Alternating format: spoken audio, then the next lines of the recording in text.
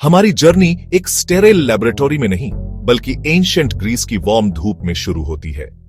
इससे बहुत पहले कि हमारे पास ऐसी टेलीस्कोप्स होती जो स्टार्स के पालने में झांक कैन, ऐसे थिंकर्स थे जिन्होंने दुनिया को एक गैवरीय वंडर के साथ देखा। उन्होंने ऐसे सवाल पूछे जिनका जवाब बेना इम्पॉसिबल लगता था। आप एक कर्व्ड शेप जैसे कि एक सर्कल के एग्जैक्ट एरिया को कैसे माप सकते हैं? इन एंशिएंट ड्रीमर्स में एक बहुत ही पावरफुल माइंड था, सिराक्यूज के आर्किमिडीज का। उन्होंने सर्कल को दो पॉलीगॉन्स के बीच फंसाने की कल्पना की, एक ठीक अंदर और दूसरा ठीक बाहरी, और ज्यादा साइड्स जोड़कर 8, 16, 32 सैकड़ों वह सर्कल को निचोड़ सकते थे, उसके असली एरिया के, और करीब आते जा रहे थे। वह इन्फिनिटी के कॉन्सेप्ट से जूझ रहे थे। उन्होंने टेंजेंट्स के विचार पर भी सोचा, वह सीधी लाइन जो एक सिंगल पॉइंट पर एक कर्व को छूती है। एक कर्व्ड पाथ पर लुढ़कती हुई बॉल के टाइमे में सोचो, अगर पथ अचानक गायब हो गए तो बॉल सीधी लाइन में उड़ेगी। उसका टेंजेंट। आर्किमिडीज फाउंडेशनल स्टोन्स बिछा रहे थे, एक मैथमेटिकल लैंग्वेज के पहले शब्द फुसफुसा रहे थे जो एक दिन हमें यूनिवर्स को मोशन में डिस्क्राइब करने की परमिशन देगी। ये शुरुआती आइडियाज एक दूर के तारे से आने वाले फेंट सिग्नल्स की तरह थे, उम्मीदों से भरे, लेकिन अभी तक पूरी तरह से समझे नहीं गए थे। लगभग 2,000 सालों तक ये कॉन्सेप्ट्स डॉर्मेंट रहे, बेरी माइंड्स और बेरी समय का इंतजार करते रिमेन। एंशिएंट ग्रीक्स ने हमें सवाल और मेथड की एक झलक गिवन। एक महान इंटेलेक्चुअल ड्रामा के लिए स्टेज सेट था, एक ऐसा ड्रामा जो सदियों बाद सामने आएगा और हमारे कॉस्मिक एड्रेस को हमेशा के लिए बदल देगा। 17th सेंचुरी में फास्ट फॉरवर्ड करते हैं, जब इंटेलेक्चुअल फर्मेंट बहुत ज्यादा था। इंग्लैंड में थे आइजैक न्यूटन, एक अकेले इंटेंस जीनियस जिन्होंने ग्रेविटी के लॉज को अनकवर किया। जर्मनी में थे गॉटफ्रीड विल्हेल्म लाइबनिट्ज, एक फिलोसोफर, डिप्लोमैट और पॉलीमैथ जिन्होंने मैथमेटिक्स को एक यूनिवर्सल लैंग्वेज की तरह देखा। दोनों ने एक ही बड़े प्रॉब्लम को देखा कि यूनिवर्स लगातार बदल रहा है। न्यूटन प्लैनेट्स के मोशन को समझने की अपनी चाहत से मोटिवेटेड होकर अपना मेथड ऑफ फ्लक्शंस डेवलप किया। उन्होंने क्वांटिटीज को स्टैटिक नंबर्स के बीगोए, फ्लोइंग थिंग्स, फ्लक्शंस की तरह इमेजिन किया। एक गिरते हुए एप्पल की स्पीड, अपने ऑर्बिट में मून की वेलोसिटी। वहीं लेibniz ने कैलकुलस के लिए सिंबल्स का एक ऐसा एलिगेंट और इंट्यूटिव सेट डेवलप किया कि हम आज भी उन्हें इस्तेमाल करते हैं। उन्होंने इन्फिनिट स्लाइसेस को सम करने के लिए इलोंगेटेड एस इंट्रोड्यूस किया, जिसे हम इंटीग्रेशन कहते हैं। इन दोनों टाइटन्स के बीच एक बिटर राइवलरी शुरू हो गई। हर कोई कैलकुलस को पहले इन्वेंट करने का दावा कर रहा था, जिससे साइंटिफिक कम्युनिटी दशकों तक बंटी रही। कौन पहले था? सच यह है कि दोनों ही थे। वे दो एक्सप्लोरर्स की तरह थे जो अलग अलग कॉन्टिनेंट से एक ही नई दुनिया की खोज में निकले थे। उनका कॉन्फ्लिक्ट एक ह्यूमन ड्रामा था, लेकिन उनकी शेयर्ड डिस्कवरी ह्यूमैनिटी के लिए एक ट्रायम्फ थी। एक साथ उन्होंने हमें चेंज की भाषा दी, एक ऐसा टूल जिसने हमें मॉडर्न वर्ल्ड बनाने की पावर गिवन। तो ये पावरफुल न्यू लैंग्वेज क्या है? चलो इसके दो मेन पिलर्स में से एक डिफरेंशिएशन से शुरू करते हैं। बेसिकली डिफरेंशिएशन इंस्टेंटेनियस चेंज का मैथमेटिक्स है। इमेजिन करो, आप एक लॉन्ग रोड ट्रिप पर ड्राइविंग कर रहे हो। आपका स्पीडोमीटर आपको इस पल की स्पीड दिखाता है। डिफरेंशिएशन भी बिल्कुल ऐसा ही करता है। यह हर उस चीज के लिए एक कॉस्मिक स्पीडोमीटर है जो बदलती रहती है। एक स्टीप माउंटेन ट्रेल के टाइमे में सोचो, कुछ हिस्से लगभग फ्लैट होते हैं, दूसरे लगभग वर्टिकल क्लाइम्स होते हैं। एक पॉइंट पर स्टीपनेस उसका स्लोप होता है। डिफरेंशिएशन किसी भी कर्व पर उस एग्जैक्ट स्लोप को ढूंढता है। अगर ट्रेल एक इक्वेशन से डिस्क्राइब की गई है तो डिफरेंशिएशन आपको बताता है कि शुरुआत में, बीच में, समिट से ठीक पहले यह कितनी स्टीप है। यह एक स्टैटिक कर्व को चेंज की डायनामिक स्टोरी में बदल देता है। न्यूटन और लाइबनिट्ज ने कोर आइडिया को समझा, एक इन्फिनिटेसिमली स्मॉल चेंज को देखो। पहले पॉइंट के बहुत करीब एक दूसरा पॉइंट चुनो, इतना करीब कि डिस्टेंस लगभग 0 हो। उनके बीच की टाइनी स्ट्रेट लाइन का स्लोप कैलकुलेट करो। जब वह दूसरा पॉइंट इन्फिनिटली क्लोज आता है तो टाइनी लाइन का स्लोप कर्व का एग्जैक्ट स्लोप बन होता है। यही डेरिवेटिव का मैजिक है। यह कंसेप्ट हर जगह है। पृथ्वी से बाहर निकलने वाले रॉकेट की वेलोसिटी, इस क्वार्टर में कंपनी प्रॉफिट्स की ग्रोथ या श्रिंकेज रेट, एक निश्चित समय में पॉपुलेशन में वायरस के फैलने की स्पीड। डिफरेंशिएशन हमें प्रेजेंट को प्रिसिजन के साथ एनालाइज करने देता है। यह हमारे आसपास की दुनिया की स्पीड, एक्सेलरेशन और मोमेंटम है, एक बार में एक इंस्टेंट। यह अब की भाषा है। अगर डिफरेंशिएशन चीजों को छोटे छोटे टुकड़ों में तोड़ना है तो उसका पार्टनर इंटीग्रेशन उन्हें फिर से जोड़ना है। इंटीग्रेशन जमा करने का मैथमेटिक्स है। यह अनगिनत छोटे छोटे टुकड़ों को जोड़कर एक पूरा बनाने की कला है। आर्किमेडीज और सर्कल का एरिया ढूंढने की उनकी कोशिश याद है।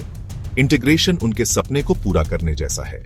सोचिए, अगर आपको 1 घंटे में नल से निकले कुल पानी का पता लगाना हो। फ्लो रेट शायद कांस्टेंट ना हो, वह तेज या धीमा हो सकता है। आप एक छोटे सेकंड में, फिर अगले छोटे सेकंड में और फिर अगले छोटे सेकंड में निकले पानी की मात्रा मेजर कर सकते हैं। इंटीग्रेशन उन सभी बहुत छोटी मात्रा के पानी को जोड़कर कुल मात्रा निकालने की मैथमेटिकल प्रोसेस है। यह एक बदलती हुई रेट लेता है और आपको समय के साथ कुल जमाव बताता है।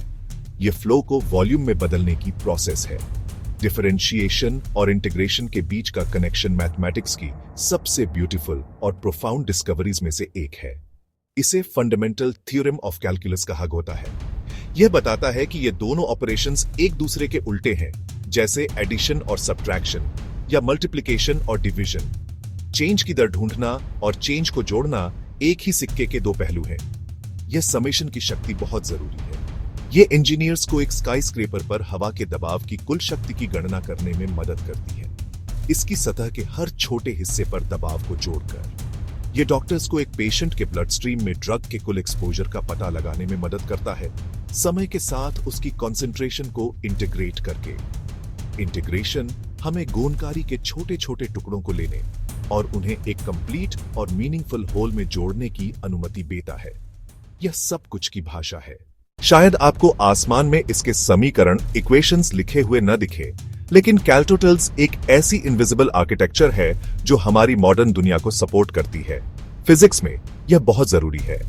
मंगल पर एक प्रोब भेजने के लिए इंजीनियर्स कैलटोटल्स का इस्तेमाल करके प्रिसाइज ट्रेजेक्टरी की गणना करते हैं, जिसमें पृथ्वी, सूर्य, मंगल के ग्रेविटेशनल पुल को ध्यान में रखा होता है, जो लगातार बदलते रहते हैं। जब इंजीनियर्स एक पुल डिजाइन करते हैं, तो वे इंटीग्रेशन का उपयोग करके यह कैलकुलेट करते हैं कि संरचना कुल कितना वजन सह सकती है और हर बीम और केबल पर पड़ने वाले स्ट्रेसेस का एनालिसिस करते हैं। जब आर्किटेक्ट एक कॉन्सर्ट हॉल डिजाइन करते हैं, तो वे कैलटोटल्स का उपयोग करके यह मॉडल करते हैं कि साउंड वेव्स कैसे ट्रैवल और रिफ्लेक्ट होंगी, यह सुनिश्चित करते हुए कि स्टेज से धीमी आवाज भी पीछे की सीट तक सुनाई दी। इकोनॉमिक्स में कैलटोटल्स का उपयोग सप्लाई और डिमांड को मॉडल करने, यह तय करने के लिए किया गोता है कि प्रॉफिट कैसे मैक्सिमाइज किया गोए, और इन्फ्लेशन की दर को समझने के लिए भी। यह हमें पैसे और रिसोर्सेज के कॉम्प्लेक्स, लगातार बदलते फ्लो को समझने में मदद करता है। सीटी स्कैन्स और एमआरआईज जैसी मेडिकल इमेजिंग तकनीकें कैलटोटल्स द्वारा संचालित सोफिस्टिकेटेड एल्गोरिथम्स का उपयोग करती है, ताकि आपके शरीर की 2 आयामी 2 डिमेंशनल स्लाइस की एक श्रृंखला से एक 3 आयामी 3 डिमेंशनल छवि को रिकंस्ट्रक्टेड किया जा सके। जब कोई डॉक्टर दवा लिखता है, तो कैलटोटल्स यह तय करने में मदद करता है कि कितनी डोज दी गोए, ताकि आपके शरीर में बेरी कॉन्सेंट्रेशन बनी रहे, इतनी कि वह इफेक्टिव हो, लेकिन इतनी ज्यादा भी नहीं कि वह हानिकारक हो। इसका उपयोग ट्यूमर के बढ़ने, बीमारियों के फैलने को मॉडल करने के लिए किया होता है, जिससे हमें लड़ाई करने और गौन बचाने के उपकरण मिलते हैं। वीडियो गेम्स और एनिमेटेड फिल्मों में स्टनिंगली रियलिस्टिक ग्राफिक्स कैलटोटल्स द्वारा जीवंत होते हैं कि लाइट को वर्चुअल सतहों से कैसे बाउंस होना चाहिए, पानी में कैसे रिपल्स बननी चाहिए, कपड़े को रियलिस्टिक तरीके से कैसे ड्रेप और फोल्ड होना शुल्ड। आर्टिफिशियल इंटेलिजेंस और मशीन लर्निंग को शक्ति देने वाले एल्गोरिदम कैलटोटल्स पर निर्भर करते हैं, ताकि एरर्स को कम करने के लिए अपने पैरामीटर्स को लगातार एडजस्ट करके सीखा जा सके। हर बार जब आप जीपीएस का उपयोग करते हैं, एक फिल्म स्ट्रीम करते हैं या मौसम का पूर्वानुमान देखते हैं, आप कैलटोटल्स की शक्ति से लाभान्वित होते हैं, जो पर्दे के पीछे अथक रूप से काम करता है।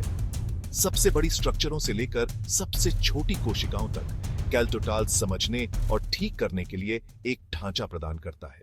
कैलकुलस क्लासरूम में सिखाए गोने वाले रूल्स और इक्वेशंस के कलेक्शन से कहीं ज्यादा है। यह एक पर्सपेक्टिव है। यह यूनिवर्स को स्टैटिक ऑब्जेक्ट्स के कलेक्शन के रूप में नहीं, बल्कि चेंज की एक डायनामिक अनफोल्डिंग सिम्फनी के रूप में देखने का एक तरीका है। यह इस बात की कहानी है कि चीजें कैसे बनती हैं। लाखों सालों में कॉन्टिनेंट्स के स्लो मजेस्टिक ड्रिफ्ट से लेकर हमिंगबर्ड के पंखों की फ्रैंटिक फ्लीटिंग वाइब्रेशन तक, कैलकुलस हमें यह सब डिस्क्राइब करने की लैंग्वेज बेटा है। यह हिडन मैथमेटिकल रूल्स को रिवील करता है जो टाइम के फ्लो और स्पेस के एवोल्यूशन को गवर्न करते हैं। यह इनफिनिटसिमल को इन्फिनिट से जोड़ता है। सोचने का यह तरीका नॉलेज के लिए, हमारी क्वेस्ट के लिए फंडामेंटल है। साइंस सिर्फ यह नहीं है कि क्या है, यह इस टाइम में है कि आगे क्या होता है। कैलकुलस हमें रियलिटी के मॉडल्स बनाने की परमिशन देता है, ऐसे इक्वेशंस बनाने की जो यह डिस्क्राइब करते हैं कि एक सिस्टम कैसे बिहेव करता है।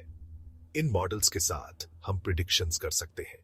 हम एक हरिकेन के पाथ, हमारे प्लैनेट के फ्यूचर क्लाइमेट, स्टॉक मार्केट के फ्लक्चुएशंस और एक अनडिस्कवर्ड प्लैनेट के लोकेशन की प्रिडिक्शन कर सकते हैं। यह फ्यूचर में झांकने, मिस्ट्री को अंडरस्टैंडिंग में बदलने और अंडरस्टैंडिंग को एक्शन में बदलने का हमारा प्राइमरी टूल है। यूनिवर्स के टाइम में ही सोचिए, यह एक बिग बैंग के साथ शुरू हुआ, अनइमेजिनेबल चेंज की एक घटना, और तब से इवॉल्व हो रहा है। स्टार्स पैदा होते हैं, वे जीते हैं और वे मर गए हैं, कॉस्मोस को लाइफ के एलिमेंट्स से भरते हुए।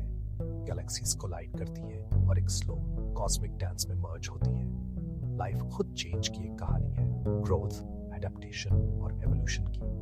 कैलकुलस ही रिड्यूस्ड मैथमेटिकल लैंग्वेज है जो इस ग्रैंड स्टोरी को बताने के लिए काफी रिच है। यह डिस्क्राइब करता है कि यूनिवर्स कैसे एक्सपैंड होता है, स्टारलाइट कैसे ट्रैवल करती है और लाइफ की intricate tapestry billions of years में कैसे बुनी गई है। तो अगली बार जब आप किसी बर्ड को उड़ते हुए देखें, एक वेव को शोर पर क्रैश होते हुए देखें या स्टार्स की साइलेंट मोशन को देखें, तो अंडरलाइंग हिडन लैंग्वेज को याद रखें। आप कैलकुलस को एक्शन में देख रहे हैं। कैलकुलस की कहानी ह्यूमैनिटी की यूनिवर्स और उसमें अपनी जगह को समझने की एंड्यूरिंग क्वेस्ट की कहानी है। यह वह मैथमेटिक्स है जो यह बताता है कि हमारा यूनिवर्स कैसे इवॉल्व होता है और ह्यूमैनिटी कैसे आगे बढ़ती है।